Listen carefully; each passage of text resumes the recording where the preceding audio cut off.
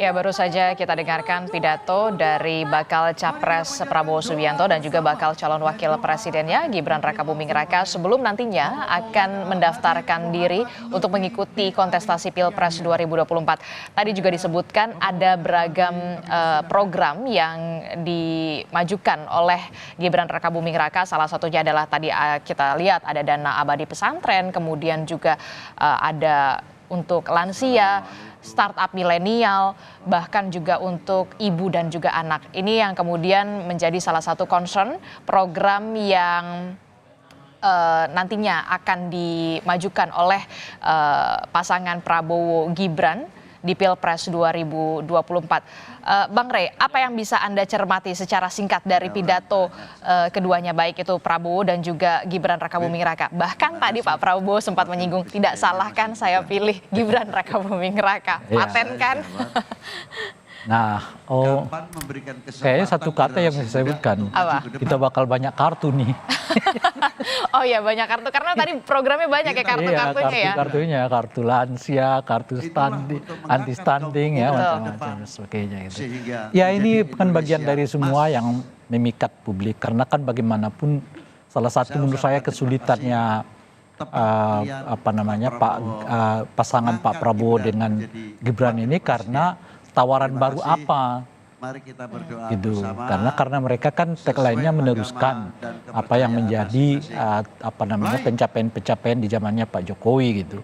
Lalu kan pertanyaan setelah itu, lalu apa yang baru dong? Nah ini yang terobosan baru apa? Nah ini mungkin yang mau disampaikan soal menambah bantuan di sini, sektor sini dan sebagainya itu, meskipun itu sebetulnya lebih bersifat elemen teknis ya, bukan pada aspek yang lebih substantif dalam pengertian pada kualitas perbaikan kehidupan berdemokrasi misalnya ya, kualitas kehidupan menjaga lingkungan hidup dan sebagainya gitu. Tapi kan memang kalau konteksnya kepada publik itu ya sesuatu yang memang cepat mereka tangkap yang berhubungan dengan diri mereka, maka penyampaian itulah yang disampaikan oleh Gibran itu tadi, kenaikan dana abadi pesantren ya, itu kan cepat tuh, oh itu kayak kita tuh dan seterusnya gitu, dibanding kita berbicara yang sangat makro, misalnya penguatan demokrasi, penguatan ini, penguatan itu, toh itu juga udah tertulis di dalam visi misi yang akan mereka serahkan nanti ke KPU, tinggal dibaca sih sebetulnya. Tapi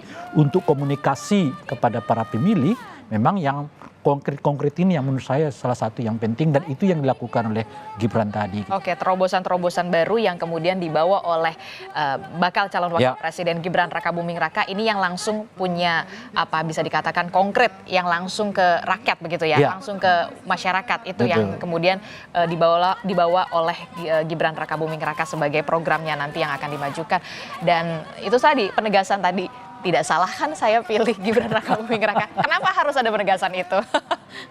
Iya, mungkin harus dimerujuk ke belakang yang sebelumnya ya. Karena banyak kan tadi kan kita udah bahas juga di pagi kan, kalau pendekatannya sebenarnya elektabilitas, kemudian isi tas gitu ya, dan sebagainya itu rasanya bukan figur Gibran yang menonjol gitu, itu satu. Nah yang kedua kan terbayang soal bahwa figur Gibran ini lebih karena melekat kepada bapaknya dalam ini Pak Jokowi dibandingkan misalnya soal kemampuan dirinya gitu.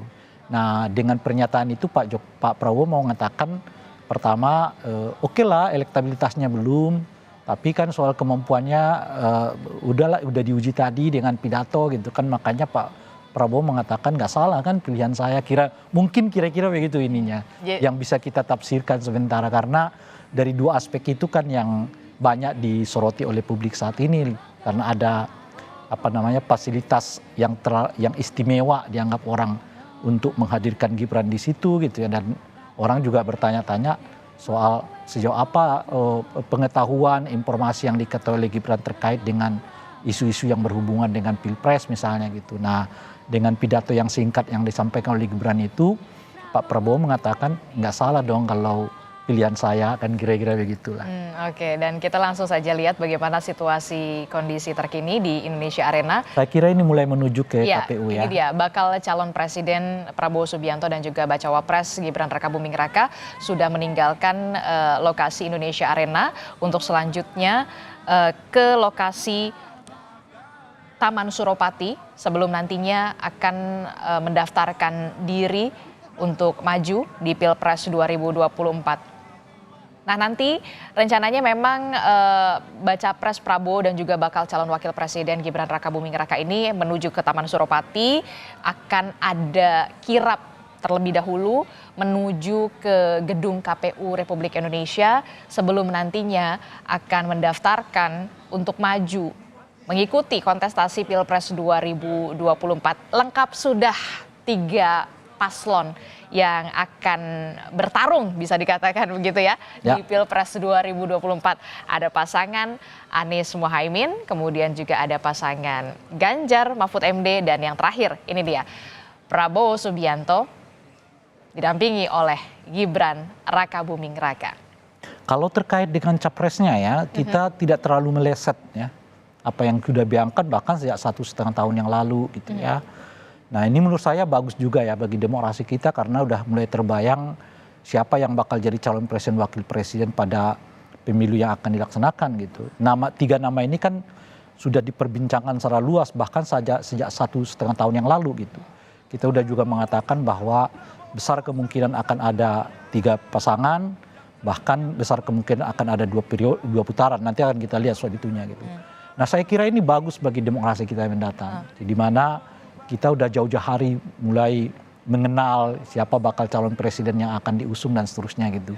Dan itu boleh disebut ini 100% pas dari apa yang diperbincangkan sejak 1,5 tahun yang lalu gitu ya. Di luar soal wakil presidennya. Wakil presidennya ini yang agak zigzag gitu ya. Di luar dugaan bagaimana Muhaimin tiba-tiba pindah ke Anies, ya AHY tiba-tiba pindah ke Pak Prabowo, sambaran begitu ya. Dinamikanya justru berada di wakil presiden, nama Pak Mahfud bahkan nggak pernah waktu deklarasi itu misalnya nggak pernah masuk dalam apa namanya itu ucapan Pak Ibu Puan ya dan seterusnya, tiba-tiba Pak Mahfud juga yang muncul menjadi calon wakil presidennya Ganjar gitu. Tapi kalau untuk pilpresnya, saya kira ini semacam tradisi baru yang perlu terus-menerus kita kembangkan bahwa calon presiden itu sudah dipantau sejak 1,5 tahun yang lalu, kira-kira begitu.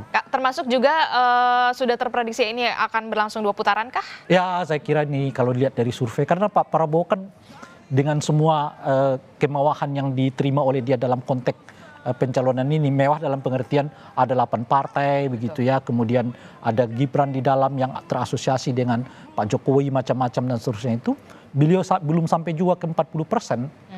Itu kan artinya agak ketat ini kelihatan gitu. Karena bayangan kita sih kalau udah didukung 8 partai, kemudian ada Pak Presiden di dalamnya dan sebagainya itu ya mungkin udah mestinya udah melewati 40% gitu. Tapi kalau kita lihat di banyak survei ya Pak Prabowo masih tetap di bawah 40% meskipun mendekati ke angka 40%. Makanya besar dugaannya ini akan sampai ke 2 putaran gitu. Oke, berarti prediksi dari Bang Rey ini besar kemungkinannya akan ada akan ada 2 putaran. Karena Ganjar naik, Pak Prabowo naik. Nah, cuman Anies yang kelihatan turun ya saat ini gitu. Jadi ada potensi terus-menerus antara Ganjar dengan Pak Prabowo ini terus-menerus saling saling kejar mengejar lah gitu ya. Oke, kita akan lihat